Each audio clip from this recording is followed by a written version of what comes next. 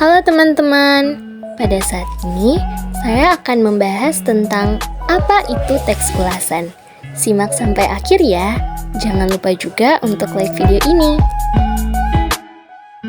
Teks ulasan adalah teks yang di dalamnya terdapat sejumlah tafsiran, komentar, ataupun kupasan mengenai suatu objek tertentu.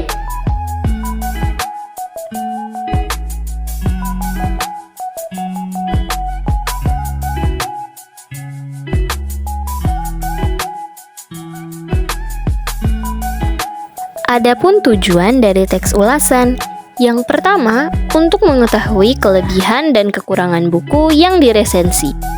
Yang kedua, untuk memberikan gambaran kepada pembaca umum dari sebuah karya secara ringkas. Yang ketiga, memberikan masukan kepada penulis berupa kritik dan saran terhadap isi, substansi, dan cara penulisan buku. Yang keempat, untuk mengetahui latar belakang dari alasan buku tersebut diterbitkan.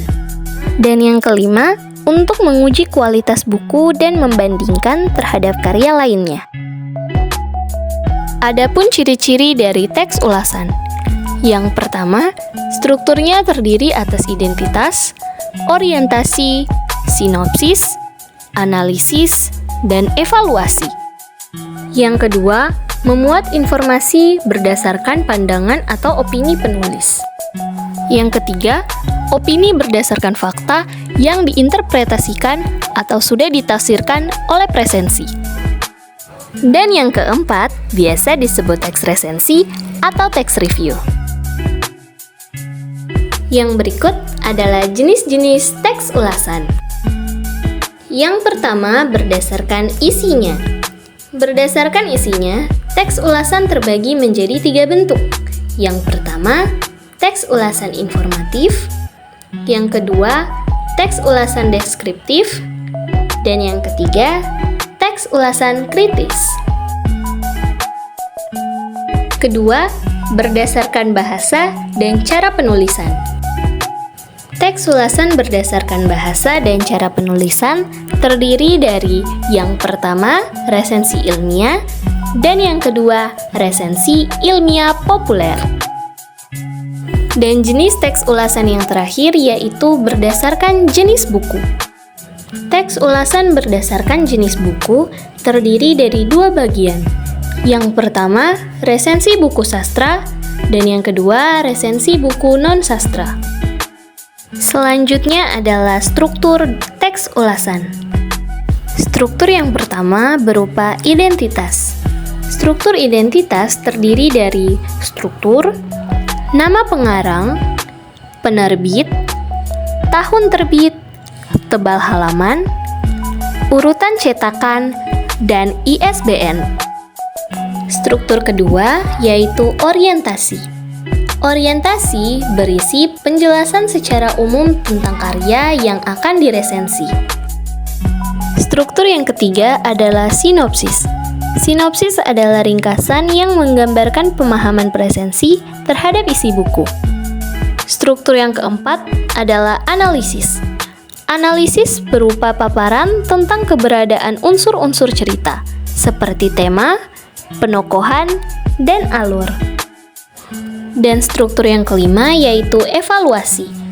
Evaluasi berupa paparan tentang kelebihan dan kekurangan suatu karya, sekaligus menyimpulkan apakah karya tersebut patut dinikmati atau tidak. Selanjutnya, kaidah kebahasaan teks ulasan. Yang pertama, menggunakan konjungsi penerang. Konjungsi penerang adalah kata hubung yang berfungsi untuk menjelaskan suatu kejadian di dalam kalimat. Contohnya, yakni, bahwa, dan yaitu. Yang kedua, menggunakan konjungsi temporal. Konjungsi temporal adalah kata hubung yang dapat menerangkan hubungan waktu dari 2 hal atau peristiwa yang berbeda. Misalnya, setelah, sebelum, lalu, kemudian, sejak, dan lain-lain.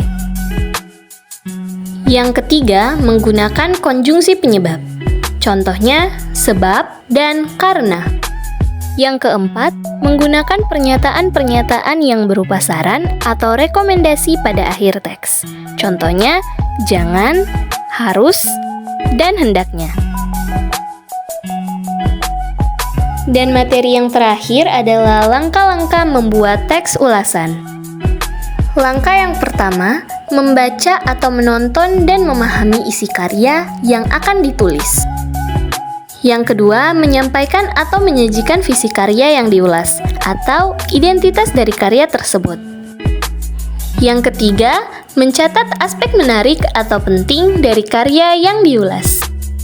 Yang keempat, menelaah kelebihan dan kekurangan karya yang akan diulas. Yang kelima, merumuskan kesimpulan tentang isi dan kesan-kesan karya.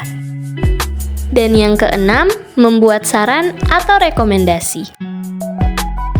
Sekian pembahasan dari saya mengenai teks ulasan, dan saya ucapkan terima kasih.